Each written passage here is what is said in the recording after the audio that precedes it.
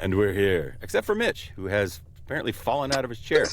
Hey, welcome to Mitch and Mike's voiceover journey. Today, we have kind of a new friend of mine, Taylor Shaye, who I met at One Voice here a couple months ago. So welcome to the program, Taylor. Hey, howdy, hey. Good to be here. Listen to you, hey, howdy, hey. Catchphrase. Yeah, geez, you already have a catchphrase with that? I know. I don't even have a catchphrase yet, do I? Do I have a catchphrase? What do I do? I think you found out that your catchphrase is, what is your... You know. It used to be, you know, but I'm doing my best to get over that vocal hitch. But anyway, so, yeah, Taylor, great to have you on. We hit it off. She became part of the crew just like that at One Voice, and we just had a blast going out to dinners and hanging out and going to classes and stuff. It was great. But so I said, yeah, this chick is really cool. Got to get her on the show. And so booked her immediately. And it's finally here. I mean, it was one of those things where it's like I asked her like 3 months ago, hey, you want to be on the podcast? She said, yeah. I said, let me book you out at the next time we have availability. And oh my gosh, it's November. Yeah. So glad we finally have you on. So hopefully a lot has happened in those few months. It has, for sure. Absolutely. Really? Good. So, yeah, Taylor's on the younger side of our guests. And so usually we have these long backstories. Your backstory is probably not going to be as long, but we do want to go back to the beginning and find out about little Taylor and about just kind of what prompted your creative juices. What did where did you catch this fire to be, I want to be a performer in one way or shape or form? And then how did that morph into voiceover? For sure. I have always been like super big into animation and in video games and cartoons, and I mean that love never left me. And like when I was a kid, my parents would like walk in on me watching whatever show I was watching and be like, oh, that's that actor, you know them from this, and you know them from this, and they also are in this show, you know them from this. And so like in my mind, shut up. Yeah, talking IMDb databases just like me. Exactly. Yeah. And so like in my head, it all became very like a spider web of just like voice actors working with each other on like different projects, and I loved that idea. I thought it was so cool that like they could like just work just all over the place without even having to like physically be together. And so I became really, really I started to get a really good ear on different voices that I would hear, and whether it was like video games or like Western animation or anime, I became really, I don't know if adept is the right word, but like I had a good ear to pick out like voice actors, and I'd be like, oh yeah, this is so and so, and da da da. And so much so that like in college, my roommates and we were watching, I think it was like Avatar: The Last Airbender, and every time a character would pop up, they'd pause it and be like, Taylor, who's that? And I'd be like, that's so and so. You recognize them from like this show that you see, and you know them from that. And so they coined me the like voice actor encyclopedia, and I was like, I love that. Like IMDb was like my most number one app that I would use, and so I just love that. I think voice actors deserve more credit than they're given, because like majority of the time, like you're watching cartoons, you don't know who's talking. You have no idea. Like it brushes over people's heads because they're not seeing a face, they're not putting a face to the name. And so I got really like invested in learning like the voice to the name, and so I have like just this like plethora of voices and names in my head that I know and can like pick out. I don't know like faces for anything. I could see just like an actor on the street and be like, I don't know who that is, but if he talks, I'll probably know who he is. Like, and so, yeah, I do that. And then, I mean, I'm also an only child, and Ayo. I talk to myself. Yeah. Hell yeah. I talk to myself all the time. And I have just my whole life growing up, I talk to myself in like different accents. It's a wonder my parents never got me tested for schizophrenia, because like if it was my kid, hell no. I would think that there's like demons here. Like, who is she talking to? Why is she talking at 3 a.m.? Like, no.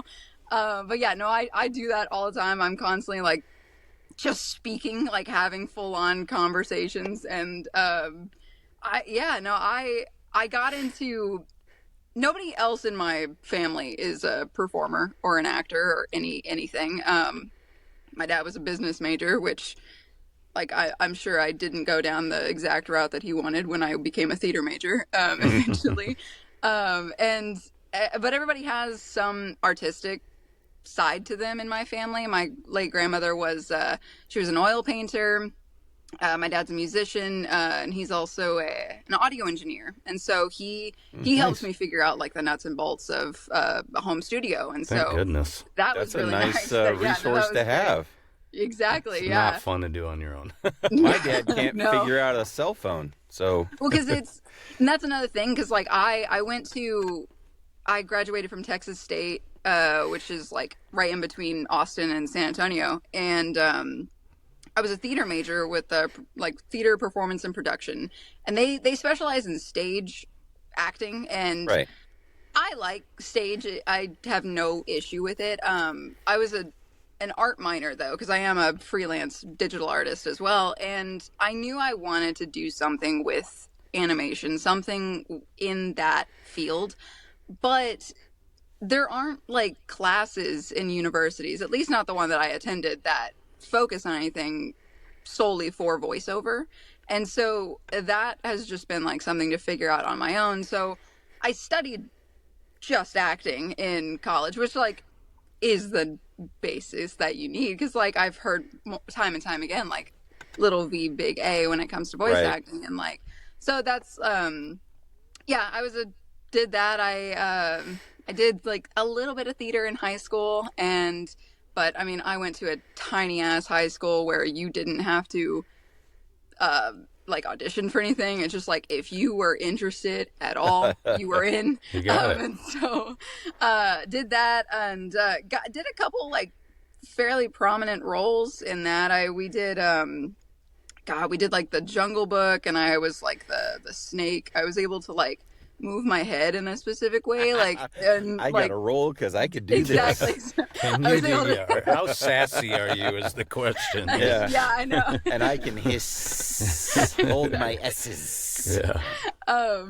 I think that really like snowballed my love for just acting and villains. I really did like gravitate towards like antagonistic characters, and so that's pretty much where it started. I just, my love for video games and animation never went away, and I only discovered anime back in like 2023, and that's just an entire Pandora's box of more content and like a totally different like version of voice actors. And I was like, oh my god, like there's so many more people here. Like it's crazy, and it's been just a wild ride, and I've had a blast with it. Yeah, and like getting into the world, and like I've never been a part of a more accepting and uplifting and encouraging community. It has just been like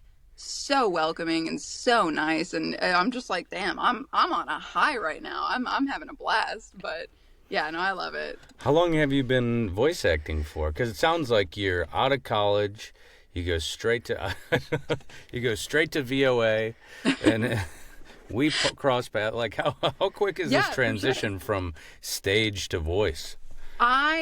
So let me see. I graduated high school 2018, graduated college 2022. Just for context, I turned 48 in 2018. just for context. Yeah. You don't look a day over 30. Oh, thanks. Oh, wow. Who are you talking to me? Okay. Yeah. But I did. I don't know exactly when I got into like the idea that I was like, voiceover is what I want to pursue. I think because I do on screen as well. I am an on screen actor, and I do that as much as I can. But those are like few and far in between if you're not like actively in LA. I know a lot of people are leaving LA to come to Austin, but And I personally, I currently don't have an agency, and so I'm not repped with anybody. I'm trying to find somebody that doesn't put voiceover on the back burner, because that's something I really value, and I want to give more credit to that.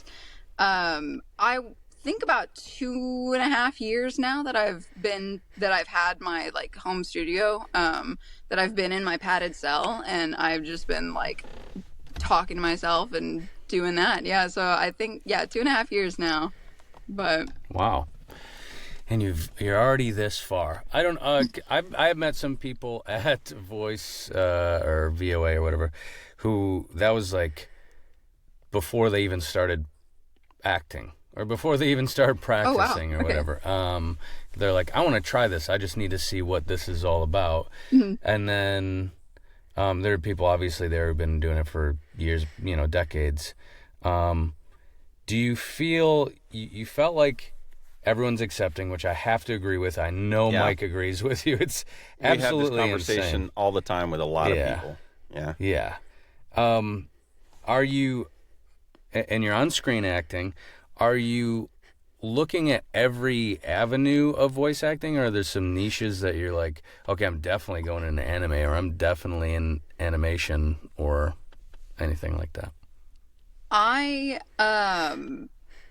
haven't dabbled in I just recently discovered that there's so much more avenues in voice acting, and there's like I haven't really dabbled in narration, haven't done a lot in commercial yet. I would like to, though.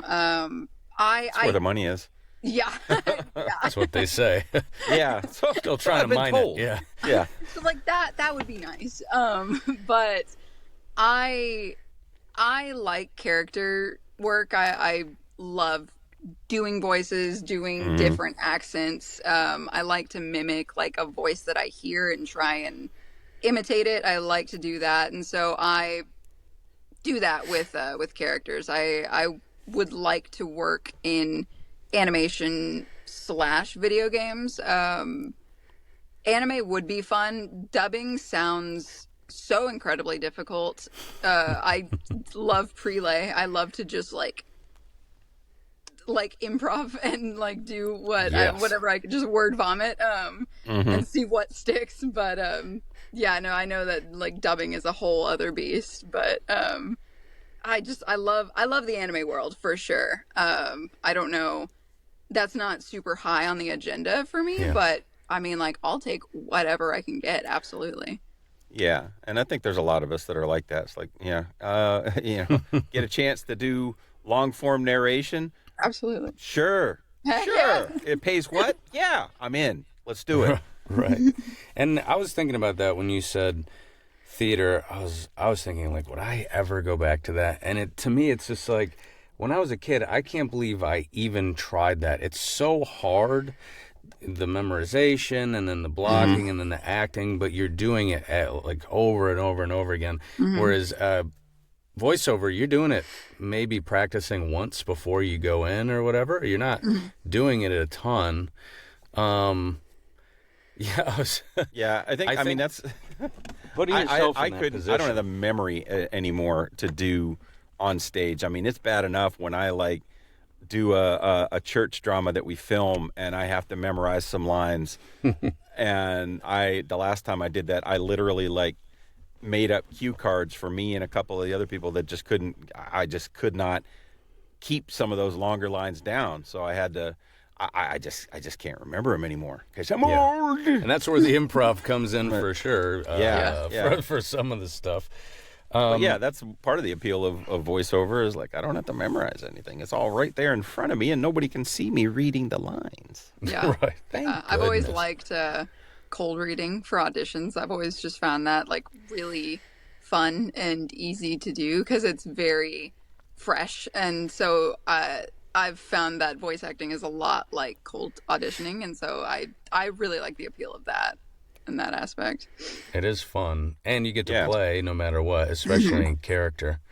What is early animation and video game training look like for you? or what does the pursuing of that look like from your end? I mean, training, I guess, is just more acting training. For me right now, I haven't really dabbled in like working to get into video games and stuff like that. I guess like my next step right now is to get a commercial reel made so I can get an agency and get repped and like find work through that. But I've just been doing a lot of different workshops. I've been reading a lot of different like acting books because I don't want just because I'm out of school, I don't want to I want to keep like my skills sharp and keep my like acting, like make sure I still know what I'm doing and still know how to act. And so that'll never stop. I mean, you asked people who have been doing it for 30 years and they still do workshops and stuff because you got to stay sharp. And I've been doing, I think I did one with Tim Powers recently. I did one with Did you do the Timprov? Yes, yeah. And that was great. What did you think of that? I loved it. I consider improv to be one of my worst skills. I am such a control freak and I am a perfectionist. So I get really in my head when I'm like, oh wait, that's not exactly what I want to say just yet. So like I fumble and I just like stumble over my words. And so that was great because I was just able to like center myself and like let loose, and it was really really nice. And Tim was great. Tim was so fun to work with, and all those like workshops, like I mean most of those people know everybody at that point because like they've been in those workshops and they're familiar with each other. And so like I was like another newbie, and I was like, sweet, I love meeting these people. Like this is my community. I love this. And so and it is more of just a playful. Commercial workshops can sometimes feel a little stuffy because people are like, they either have or haven't read it already, and then a lot of people are really trying to do well, especially if you're acting in front of someone who casts. Yeah. Then people are like really taking it serious. It's like, okay, you can kind of feel the heat there, but in improv, it's like, who cares? Yeah, there are no mistakes in improv because the whole thing is made up. So you can stumble on your words, but if you're honest about it, and it just kind of becomes part of what you're doing. But yeah, it can be intimidating. It can definitely be intimidating if you're. But I'm glad you did that because I'm sure it pulled you out of your comfort zone a little bit and made you. It's cool to try things that you don't have experience in, or so kudos to you for that. Continue to do that. Continue to find other workshops and other things to get involved with. Yeah, absolutely. I did one in person actually, which is like rare in this day and age. Nice. But I don't know if y'all are familiar with the actor. He's an on-screen actor. His name is Richard Robichaux. He was in like Ocean's 8, big like acting coach. He was great, phenomenal time with that. That was like an all-day thing. That's awesome. Like worked up in Austin, and so that was great. That was more for on-screen work, and so I mean just I'm just trying to collect all these like workshops like Pokemon. Like I just want to like work with everybody and work under everybody, and so and just build community. Like I think that that's a great thing like with this industry is just community. Like nobody just works on their own, and I think that that's another appeal that I have with voiceover compared to on screen is that there's less competition with what like you look like, and so that eases my mind a lot. I'm not like walking into an audition seeing everybody that looks like me, especially where I live in Texas, that a lot of like female actors look like me. And so there's with voiceover, like you don't have that. You're just in a booth. You just hear other auditions if you even get that opportunity. And so like that there's less competition to be like bitchy and be like, I'm gonna one up you though. Like, you did good, but like I can do better. Like, I don't know. I get that a lot with like and we've had that work. conversation with people like you that do on screen as well as VO. That it's less dog eat dog in VO. Yes, we're Absolutely competing against each other for roles, but we are also rooting for each other. absolutely. And it's really cool to see because I mean I haven't tried out for an in-person role in like years, but it can be pretty intimidating when everyone in there is like, I see you, I've seen you for 5 seconds and I already hate you. Yeah. You guys should, when I get one, my agents will be like, I submitted you for this, so you need to send a self-tape. I'm like, okay, I don't know what that looks like. These things, they have to save these for like the end of the year. Like, let's make fun of this talent for how rough they are, because I have no idea. I looked up how to do it, and like it just doesn't make any sense to me. Standing against a wall, trying to act. I don't know. I mean, as a voice actor, it makes sense. I guess I am standing against a wall, but now you want to see my face and my hands and shit? What are we talking about? Why do you got to see my hands all the time? Why do I always want feet pics? You know what I'm saying? Who's your agent? What are they spending you for? We don't talk about this. Who's casting this? Are you up for a Quentin Tarantino film? What's nice? Yeah. He's like, how are those big old feet on you, bud? Make sure they're a little dirty. I need you to have at least 3 hairs on the big toe. Anyway. So Taylor, what have you been working on? Like, what are some of the things the projects that you've auditioned for, landed, that you're like super excited about, or that were like, this is unique? I've never done anything like this before. What are some things that you can highlight that you've done in the past? What you say, 2.5 years you've been doing this? Yeah. Let me see. I've done a couple. One of the first jobs I got was for a just like a comic dubbing over on like YouTube, some like fan made. I think it was Ninja Turtles, and I voiced like 2 characters on that, and just like the series on YouTube, and that's been like really sweet. The like director lives obviously on like other side of the world. I don't actually know. I don't think I've ever actually like spoken to them, just like Instagram DMs, and they recently like sent me a physical copy of like the comic that they had done, and like that I was technically in, and I was like, that's sweet. No, they're super sweet. Where'd you find that?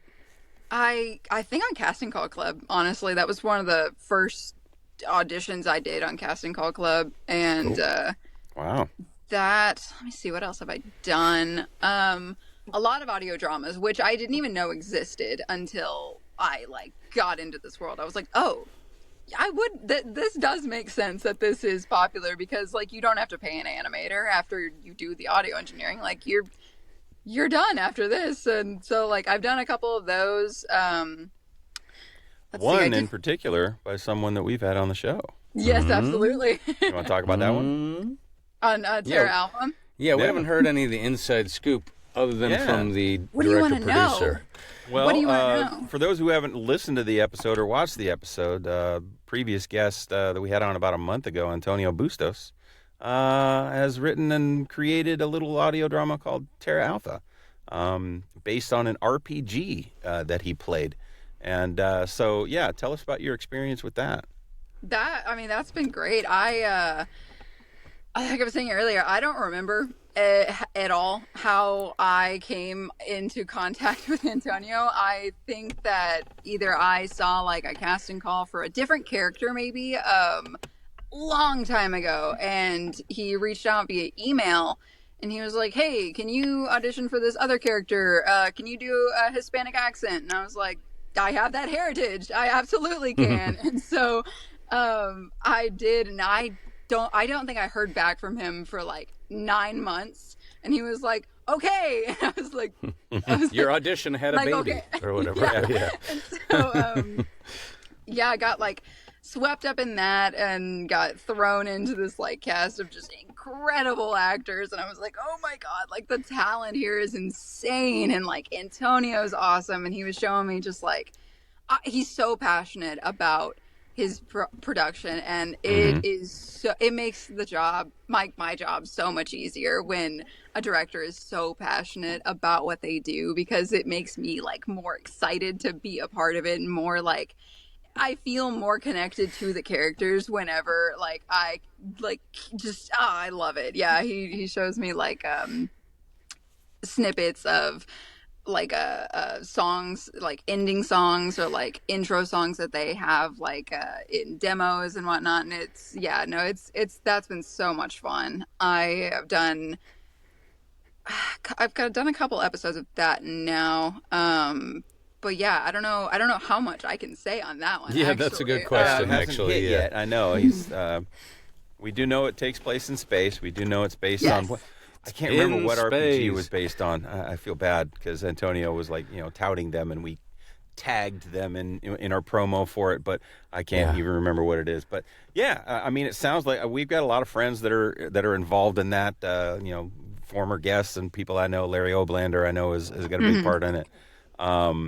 He's Cat Jade Jade is in it, and so a lot of friends of the show, and great that you got involved in that. So what else can you talk about regarding Terra Alpha? Projects, things, project, other things that you've done, unless you have more to say about Terra Alpha. I mean, I'm super excited for Terra Alpha to like hit. I'm so excited for people to hear that one. That one. I will be listening, most definitely. Absolutely. And there's a drawing of your character, right? Your character exists in visual form. In the RPG world, or I mean, it's a character.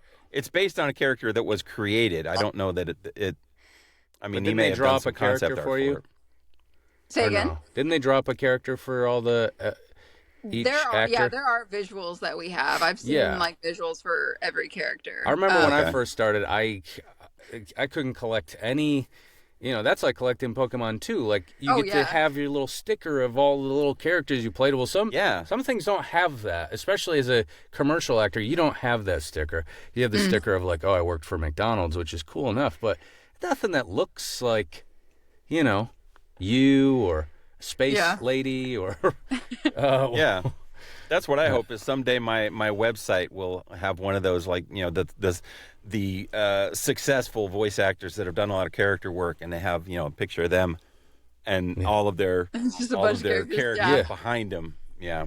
Oh yeah, no, that's the dream for That'd sure. Be cool. That'd be cool. I guess other stuff that I've done. One thing that I haven't yet done, but I am like signed to work it, is that I never even like thought about it as a acting role, but I don't know. Are y'all familiar with Circuit of the Americas? It's a race track in Austin. I mean, popular raceway area. This Christmas season, they're going to be doing like a Christmas walkthrough type event, and I got hired to be one of the like character actors. So kind of like Disney World, but like much smaller. So I'll be like the princess to the. So you'll be live action there, acting. Yes. Doing That's cool. That's cool. That starts next week and goes until the end of the year. So I'll be like dressed up, and that is pretty much all improv, actually. Cause I was gonna say, what kind of lines could you like? Do they have special sayings that this princess is known for, or something? Not really. They gave me a couple things that were like, because this princess doesn't have like a backstory. It's just kind of something that like we have to like figure out and like have a story to stick to for like if kids ask and whatnot. It's not like, 'cause I know, like, script. Yeah, I know like Anna and Elsa will be there, and so like that, the actors who portray them will already have like the media to refer to and be like, oh yeah, they're from such and such, whatever castle Anna and Elsa. So who is from, your princess? What is your princess name? Her name is Princess Peppermint, I believe. The theme, or I guess the park is going to be called Peppermint Parkway, and so I guess that I'm like the princess of it, and in 2 days I'm going to be recording in the booth recording some promotional for it, and they're using my voice for it, and I'm like, yeah, absolutely, I'm so excited for that. That's cool. But That's awesome. It's funny because you just got such that cool chick vibe. I can't imagine. Do a little of your princess. I want to see this. I want to see Taylor transform into a princess. My princess voice? It goes a lot higher. My princess voice goes a lot higher in my register, and I'm a lot more regal, and I like to be a lot smoother with my voice, and so I've been playing with that one a lot. I do like to rest back into my. That's awesome. My rest. Yeah.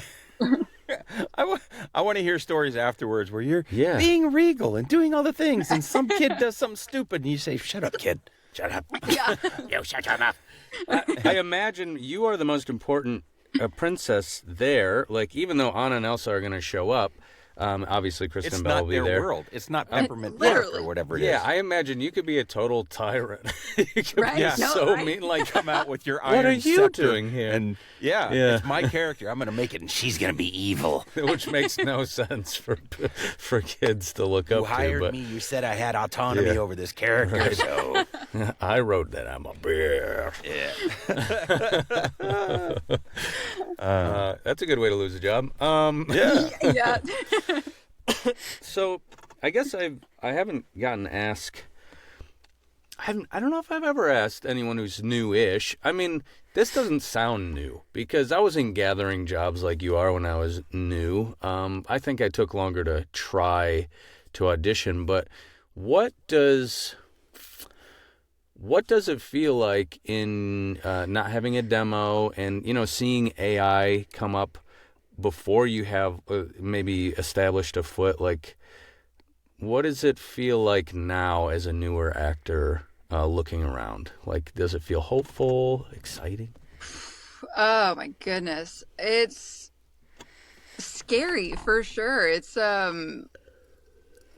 disheartening in a way. Like I if anything, it makes me like want to work harder to like prove to myself that, and prove to society that like you're not gonna get the same passion and love and emotion from AI as you will like with a real actor. And it doesn't necessarily have to be me. I'm not telling you to hire me, but like just voice actors, like real humans. And oh my gosh, yeah, no, I'm not big on AI in the slightest. And like I see on social media people taking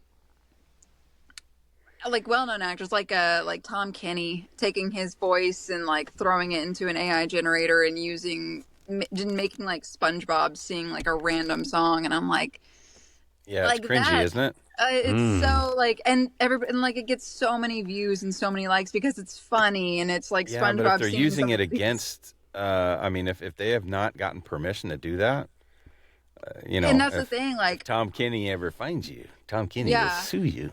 and that's the rough part about it, is that there aren't enough regulations on it. Mm-hmm. I feel like there needs to be like so many more laws against AI to protect those. But Well, it's and that's just Nava's really, working hard on making sure that there are those protections, and there are some, like we were talking to someone about it a few weeks ago. Animated movie, Bad Guys 2, I think it is.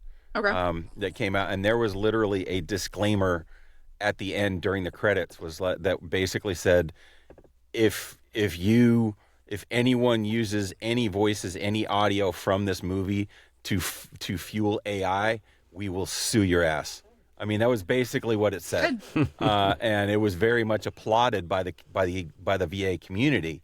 Yeah. Because more and more producers and people on that side of the house need to take that stance, and I think more and more are. There's a lot of backlash. I've J. Michael Collins has posted some stuff about it, and just everybody be patient. It's cyclical, and there are so many people are becoming dissatisfied with the product that AI puts out because, as you said, it's just not personal enough. You can't mimic that.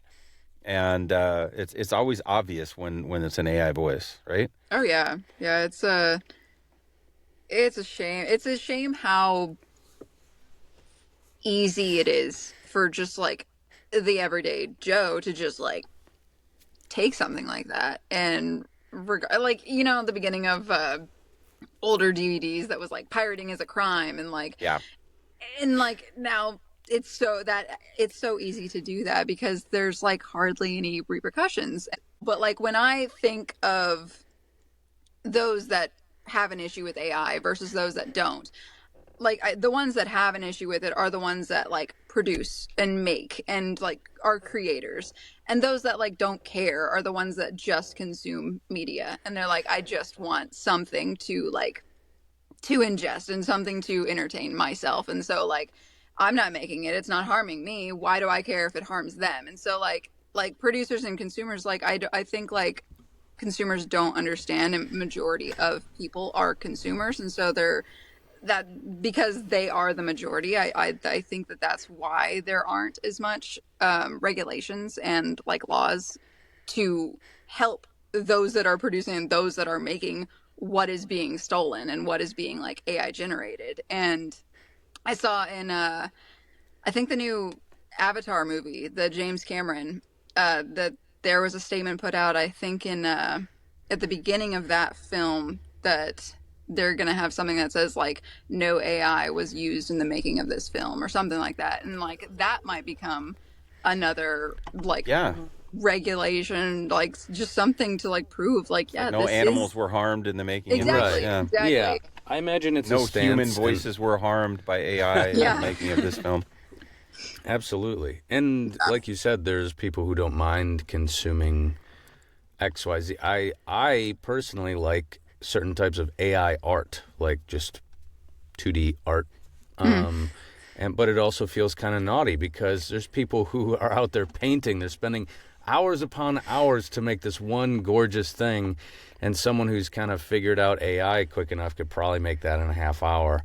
Well, you've got the backlash of there's an AI like band that has like 1 million downloads. I've heard about that. That a lot of artists are up in arms about, like, that's not real music, and how how can you, and it's crazy. I mean, there are applications for it. Obviously, we use it every episode for something silly, but I know like in my job, my day job. They're rolling out the Google version of it. I can't remember what, or the Microsoft version of it. I can't remember what it. I can't remember what it's called, but because I haven't used it yet. But it's like there are applications for it to make life easier, but not take the place of what you do. It's like not. Yeah. And so, but unfortunately, it's so easy to create with it that it's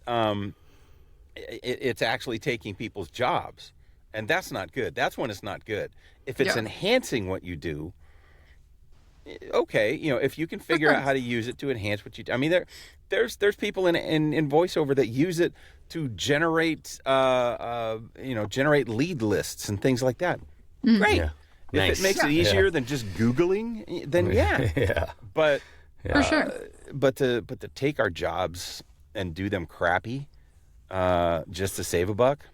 Oh yeah, I have a friend that's he's in nursing school, and he says that everybody in nursing school, like their papers are just ChatGPT written. Like, and I'm like, oh, that's the future of our nurses. That's scary. Yeah. Nice. Yeah. I was like, don't tell me that. I mean, they'll be using that to write their notes and things like that. It went from pen and paper to using a computer to using spell check on the computer. I mean, that seems like a natural progression. Hopefully they don't need to write papers in nursing like when they're a nurse. Hopefully it's more about like keeping people alive. Yeah. I don't need my nurse to be able to write a peer-reviewed write essay. A paper on why I'm dying. I don't personally. So that part, okay, yeah, absolutely, that's scary. I have the same exact feeling. I haven't been doing it much longer than you, but yeah, terrifying. It does make me want to work harder. It makes me realize that, oh yes, this is my thing. Like, no matter what. It is stripping jobs already. No matter what, I'm going to keep going. But outside of AI, what are some of the struggles and excitements of a newer VA these days? Something maybe you could teach to the generation coming up, someone who just started today. How are you feeling now? What does that feel like? I mean, I still feel bright-eyed and bushy-tailed. Being 2.5 years in, I still feel like excited for every time I see you were chosen for a role, or even the ones that you were shortlisted for. Like, I still get excited for that, and I was told not to let that excitement fade either, because to still celebrate the small things like that. A struggle that I've seen a lot is juggling social media with it, and that is so exhausting, because I do the voiceover, I do on camera, I'm a hand model, I do that when I get a chance, and I do digital artwork. Let's see those hands. Show us those hands. The hands. Wow. Look at those. Let's see those So hands. I do that. Bring the hands. At least I'm not asking to see your feet. I mean, come on. Back to it. Back to the feet. I juggle all of that, and so that's 4 jobs on its own, and just to try and keep up with the competitors, because God forbid Make meaningful posts. Yes, and being oh my God, I still have to be my own marketing team, and my own I have to do all this. And so with social media, I have such a love-hate relationship with social media, because I can fall down a doom scrolling habit so easily, so quickly, and it's so horrific to my brain. And I don't part of me is no, I don't want to contribute to people and their addictions to their phones, but also I need to, because I this is my job. And so that that's just been so exhausting to do, and be I don't know, what do people even want to hear me say, and stuff like that. And I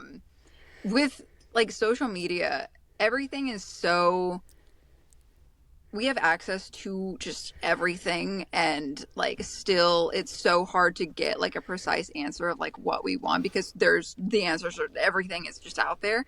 And so that's been hard to figure out, is if I'm going in the right direction, am I doing things in the right order? Because I like to do things like a checklist. I like to have things placed out, and yes, I've done this, I can do this now, I can do this, that means I can get this job, that means I can get this agent, stuff like that.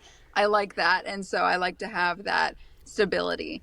And everything's a lot less loosey-goosey. like that. Yeah. A lot more loosey-goosey for sure. Yeah. And so that's been a learning curve. And I mean, being on social media just it's exhausting. It's exhausting, because I mean, you see, when you're on it, you see everybody's their best lives, and what all their wins and stuff like that. And I'm well, darn, I'm not, I'm doom scrolling instead of working right now. And so it makes me feel worse about myself. And so I think just juggling everything for me has been the struggle. And I mean, because I do all of that, I don't ever really give myself a break and a mental rest. And so that's been hard to figure out. My family is their work ethic, I value it, and I love their work ethic. Everybody in my family is just really hardworking people. And so I'm I have to do that, not only to make them proud, but also to show me that I have value. And so it's horrific mindset to go down a rabbit hole for. But that's another thing, is just keeping up with my work ethic while also still trying to give myself a rest and a break, because I deserve it. Not only do I deserve it once I meet a goal, but I deserve it just because I'm human, and so like Yeah. that's been a struggle. Well, But there is such thing as a work-life balance. yeah, And yeah, you have to find that. As much as you have to plug in this job, as much as you have to continue to claw and scratch until you can become J. Michael Collins, where all the, yeah. all the jobs come to you and you can fly first class everywhere. Love you, J. Michael, if you're listening. But yeah, it's hard to give yourself that break. You know, and especially you're like me. I got the full-time job, and I'm trying to do this at nights, and I'm trying to be married, and have hobbies and do all the things. And so sometimes I feel I don't put enough work into it, and I feel guilty from that. It's like, gosh, I really should be searching for more jobs right now, but at the same time, I do need that mental break from everything that's going on in life. And if that means that I'm maybe not as successful as some people, well, that's my choice. I do want to be successful. I do want to find the things, but at the same time, it's like I can't use every non-work day job work hour just searching for VO jobs. Mm-hmm. Well, you're lucky, Mike. See, you found happiness before you found voice acting. There's and a then balance, voice acting's yeah. and happiness. It's just like you found... And Adding now you to just, my happiness. Yeah, it's adding your happiness. I had a thing where I was like, well, I need a career, right? I need, like, something I want to do. Like, get blurry. No one's going to watch this, right? Nah. And so I did have a lot tied up at first in voice acting where it's going to be me. This is me now. I'm a voice actor. I'm going to have a card that says voice actor. And Gotta have those business cards. And I have to be putting all the time into it. And eventually I'm realizing, like, I'm going a little nutty here. I am spending all day on this and that and this and that. And then, like, I haven't taken a walk in a while.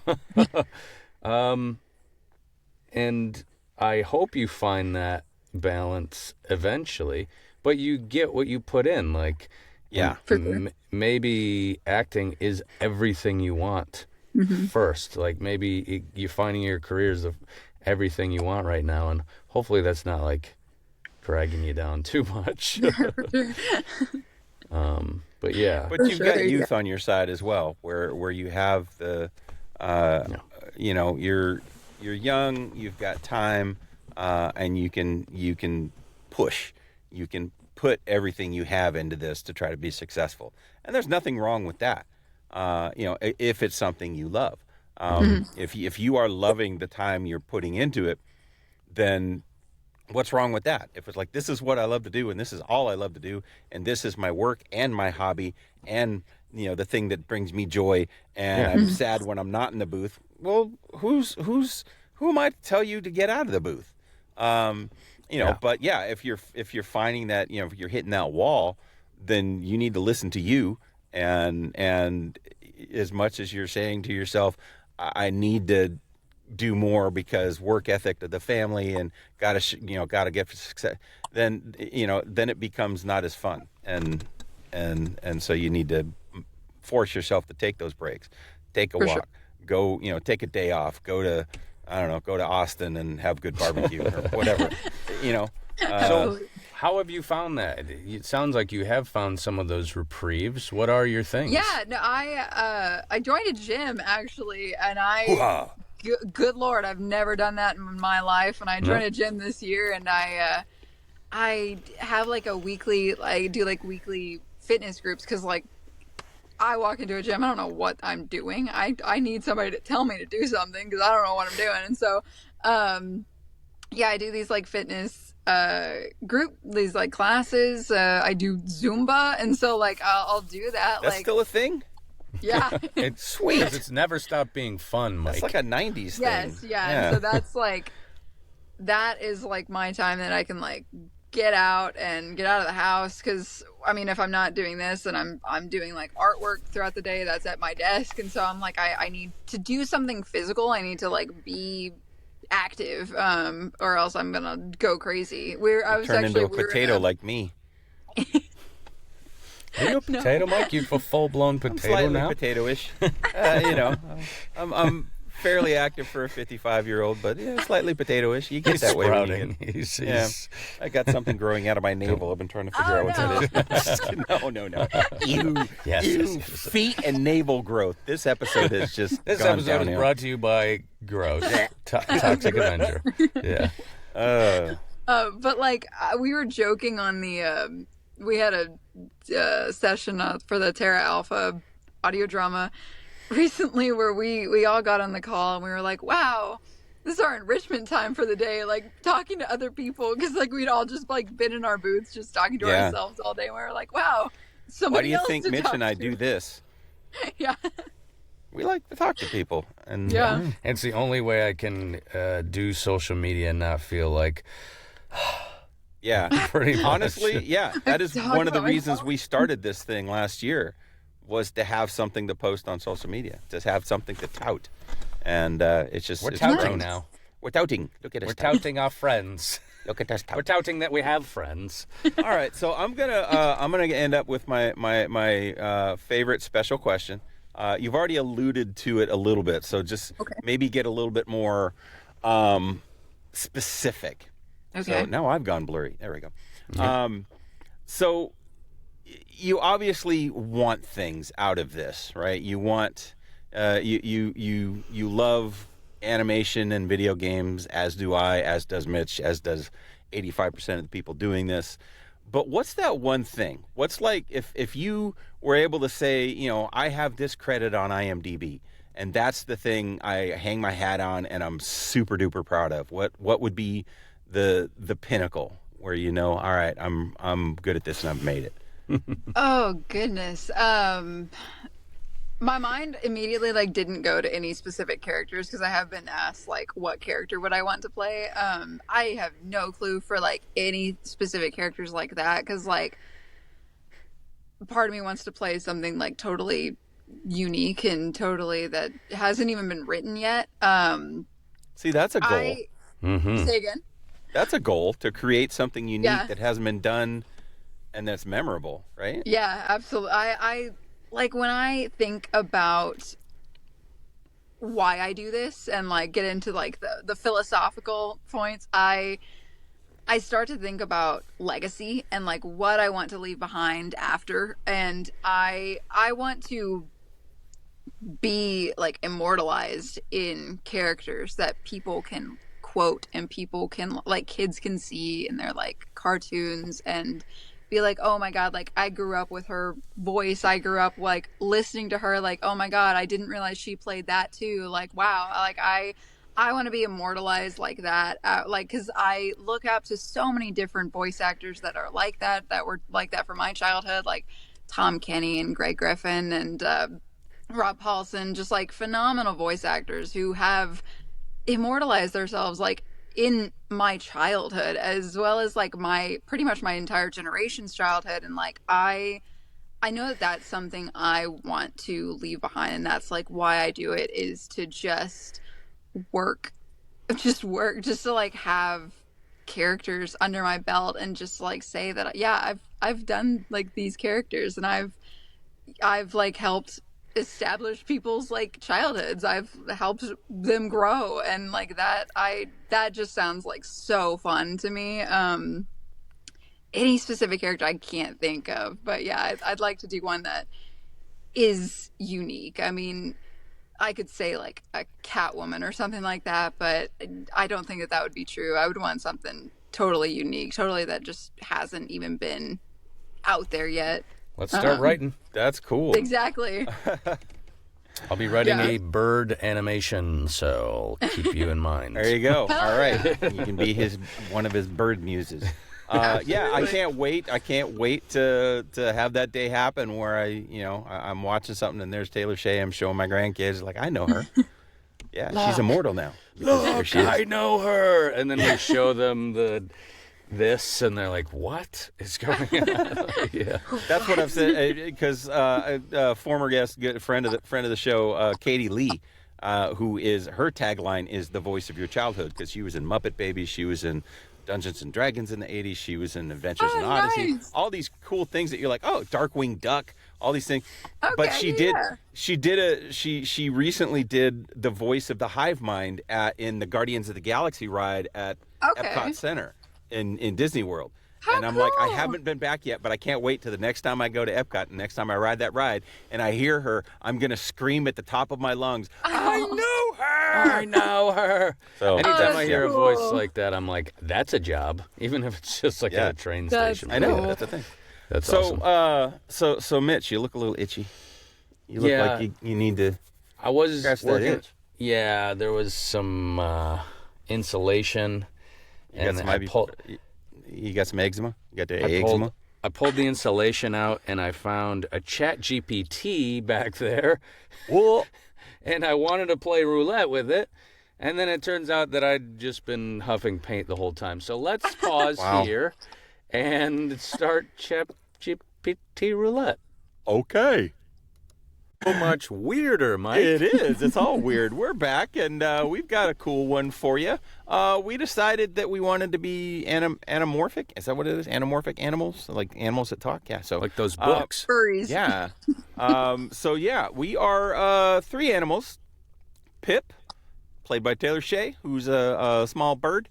Mittens, played by Mitch. Meow. He's very cat-like. And Rufus, a big dumb dog, played by me. So typecasting. But we're trapped in a bathroom. Somehow our owner has trapped us, has shut the bathroom door behind us, and we're trapped. So here we go with the high drama I rescued them. of animals needing to be rescued.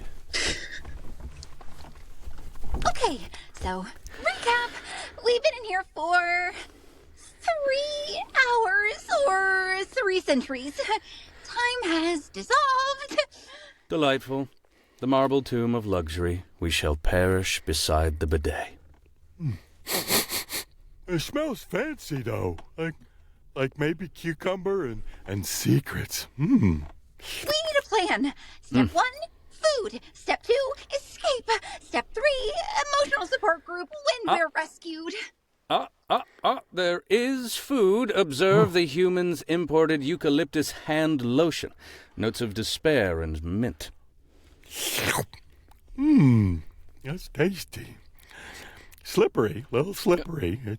It tastes kind of like sadness and Oh. elbows. Don't eat sadness, Rufus. It's bad for morale. The bird is right, Furface. You'll only make yourself ill, and then I'll have to listen to you retch into the towel hamper, which, frankly, is not the soundtrack I want for eternity. Oh, but guys, I'm so hungry. Even the toilet looks appetizing. Look at it. It's so white and shiny. It's just sitting there glowing. Except for that little brown spot on the side. I don't know what that is, but it's calling my name. Answer it.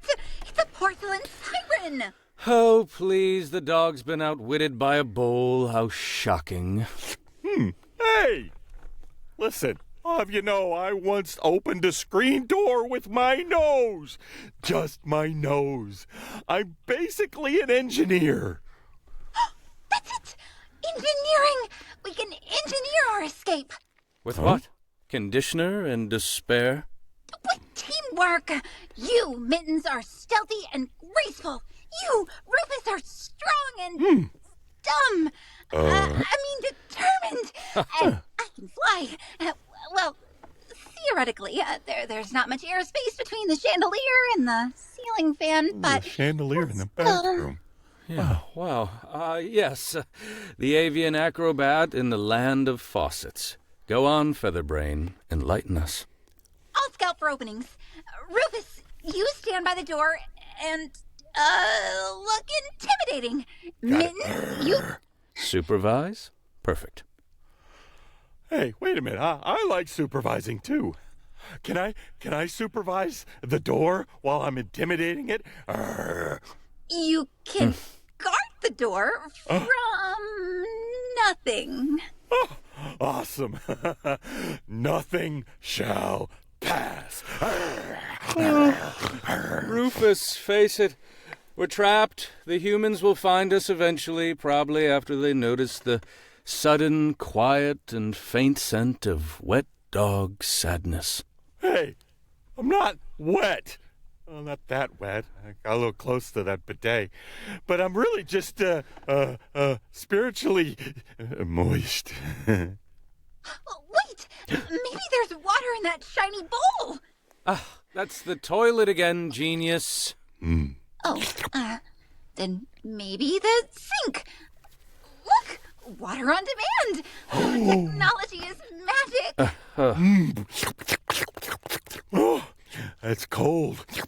Delicious. It's better than that bidet. It's slightly metallic, though. I love it. Great. The dog has discovered plumbing. Civilization is reborn. This isn't so bad, really. We've got running water, soft towels, and emotional tension. It's like a reality show. Oh, yeah, like, Bathroom Buddies, Trapped Edition. Kill me. Not before episode 2. Wait. Does anyone else hear the faint sound of footsteps? Salvation? Or another trap. Oh, well, either way, I'm wagging my tail. I'm grooming. One must look one's best for liberation. And I'm singing. We're free. We're free. Or maybe we're not. Right. Civilization!